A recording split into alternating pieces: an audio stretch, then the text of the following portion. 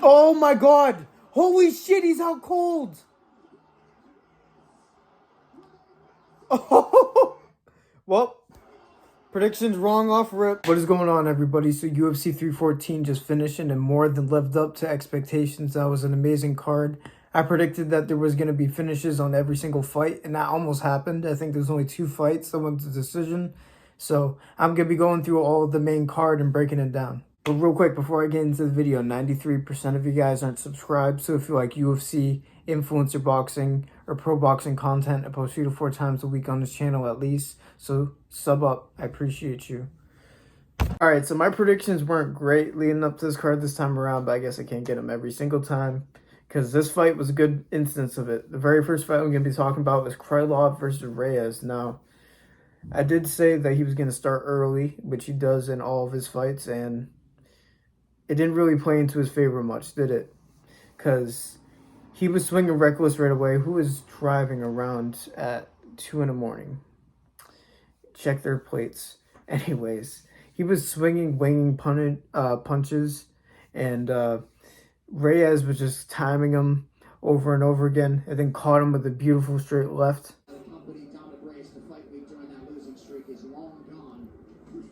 Oh my god! Holy shit, he's out cold! Oh, well, predictions wrong off rip. Oh, I gave him a bunch of subs from the last video for getting predictions right, and that one, it's not a good start. Now, this one's on me because I ignored like my #1 thing with predictions, and that's activity. Krylov hasn't fought for like 2 years, and I thought this was an exception because I really was impressed by Krylov, but I was even more impressed by Dominic Reyes in this fight. His boxing looked sharp, and that was a nasty punch. So, will he get a title shot eventually after one more fight? We'll see. All right, now the next fight, Bryce Mitchell versus Gene Silva. Now, this one surprised me quite a bit. Not in the aspect that Gene Silva won, but how he won. Now, I did predict Bryce Mitchell was going to win because of the grappling. Now, I did not expect this. Now, round 1, Bryce was going for leg kicks and actually was doing pretty good with them at first. And Bryce was going for takedowns, but Gene Silva had amazing takedown defense in this fight. He had elite takedown defense and grappling in general, which I'll get to in a second. There was a point where Gene Silva catches Bryce in a guillotine because he was going for a takedown, but Bryce gets out of it. It was very close, though. He almost got it, and I think that was in round 2. I should have wrote it down. I'm dumb. Then Bryce gets knocked down and was exhausted. He really seemed off in this fight. Like, I'm sure he could have done a better performance in this, but he just seemed drained. I don't think his mind was in the right place during this camp whatsoever. He's been going through a lot. Self-inflicted, definitely, but definitely going through something. I don't want it to sound like I'm discrediting Gene Silva whatsoever, but Bryce definitely seemed drained. But Gene Silva will definitely be a world champion if he has performances like this. I was not expecting him to dominate Bryce Mitchell on the ground. That was a shock to me, 1,000,000%. Yeah, Bryce did not look good. He didn't even seem like he wanted to commit to anything besides a front kick on the feet too. Bryce ate a wheel kick at one point. That was crazy. And then, once again, Bryce goes for Gene Silva's legs, and then he gets caught in a Darce choke, and then Gene Silva submits Bryce Mitchell. Oh, is he getting him in a Darce? Oh, wow. Now, a fight that I was actually finally right about. Yair Rodriguez versus Pitbull. Now, Rodriguez easily won this fight. Like I said in my video, it was probably a bit too late to get Pitbull into the UFC, unfortunately, especially with somebody as rangy and as big in the weight class as Yair Rodriguez. And not even rangy this long, just elite, especially with kicks. And that was like the main thing with this fight. He was maintaining distance with his kicks the entire time. Pitbull was only really able to get inside like 2 or 3 times to land shots. He didn't even land on Yair, I don't think. He did land shots, but not like anything significant by any means. Pitbull was doing this thing at the end of every round where he was really only looking to grapple to hold Yair there, like it was going to somehow win him the rounds. The forbidden stalling technique. So if that's how he's going to be in his UFC career, I don't care if you're a legend in Bellator, bro. don't bring that sewing energy here. You know my opinions on that if you're familiar with this channel. So fuck that shit. But yeah, it was a dominant standing matchup, and he was stuffing a lot of Yair's Pitbull's takedowns, besides the ones at like the end of rounds that I told you about. And then Yair eventually dropped Pitbull with a 1-2. So yeah, like I said, man, that was not the matchup to put Pitbull in the UFC for his UFC fight. It was definitely a big fight, so there's that. But he did lose 3-0, so I don't know if he's done. I don't know if he has a 2-fight deal, 3-fight deal. I don't really know.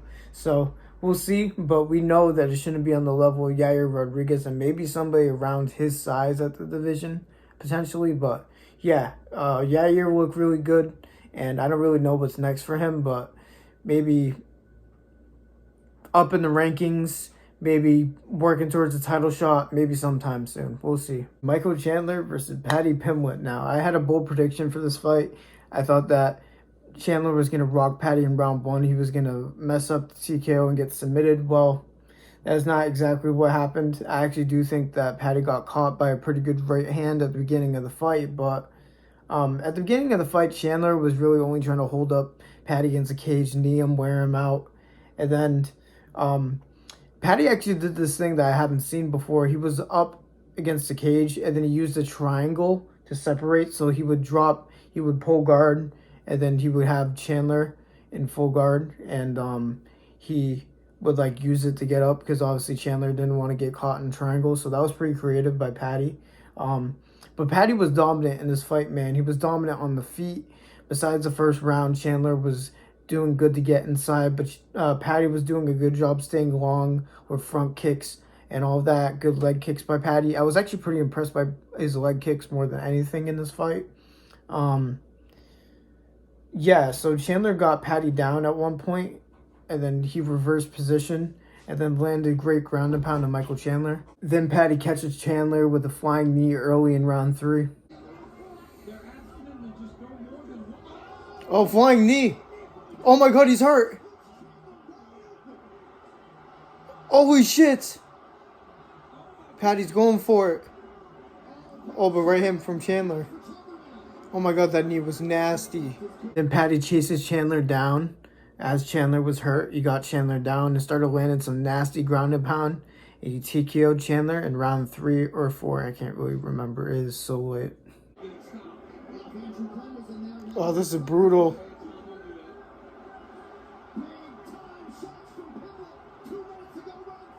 Oh yeah, this is going to be done. Oh, 12-6 elbows. Oh, pure domination from Paddy Pimblett. Woo!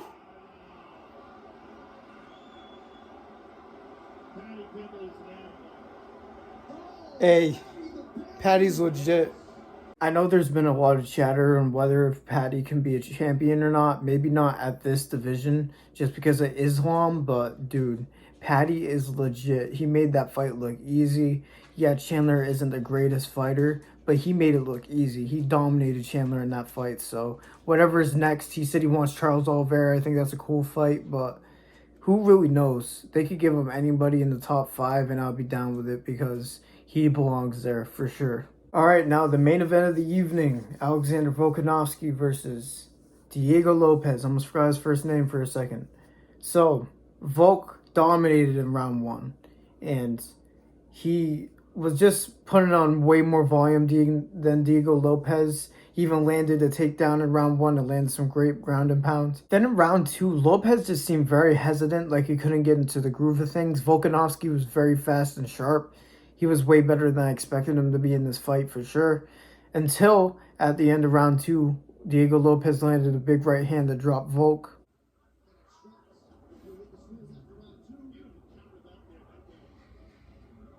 Oh, big right hand drops Volk at the end of round 2. Oh my god, but they're swinging.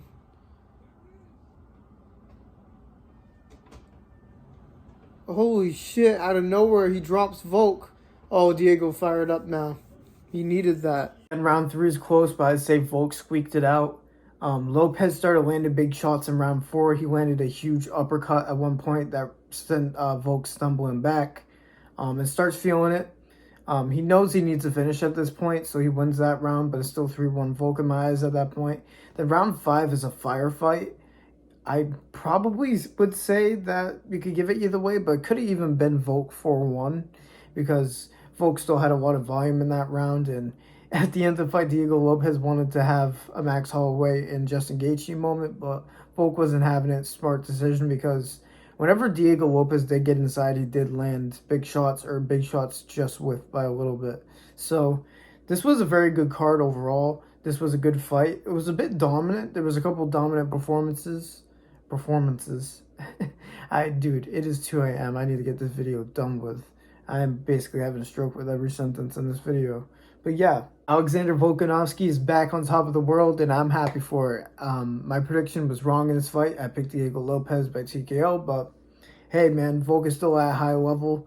He just loses to the best of the best, and he is one of the best of the best, but Islam just had his number, and Hillia just got some unreal power in his hand. So Diego Lopez could definitely get his title one day. This is just a minor setback. He does have 7 losses in his career. I didn't know that, but he still has some time. Volk can't have too much time left. Probably 2 defenses max, and then it's probably Diego Lopez's time at that division. So we'll see what happens in that division long term. We'll see what's next for Volkanovski, but overall, such a great card and great fights. That was my instant reaction to UFC 314. This event definitely lived up to the hype. Finally, an event that is super hyped up, that finally lives up to it. We really needed a card like this, and really only 2 fights that went to decision, and I think even the prelims were good. Sorry to Mitch Raposa for losing, man. You'll get back to the UFC. I'm not even worried about it. That man's a beast. But yeah, let me know what you guys thought about the event down below. If you guys have any ideas for what could be next for these fighters, let me know in the comments down below. Also, make sure you guys like the video, turn on notifications, and subscribe. All that matters because I'm still a small channel trying to grow. I am 10 subs away from 200 subs, so thank you guys for that. By the way, I thought I was going to be able to stream at 200 subs, but I think it's 1,000 subs that I could stream. So keep subscribing, guys, so I can start doing watch parties. I'll be very excited for it once that comes along. That's all I had to say, man. It's about to be 3 a.m., so I got to get to sleep very soon. I got to edit this and get it out and go to bed. So thank you guys for listening to me yap like usual. God bless every single one of you, and peace out.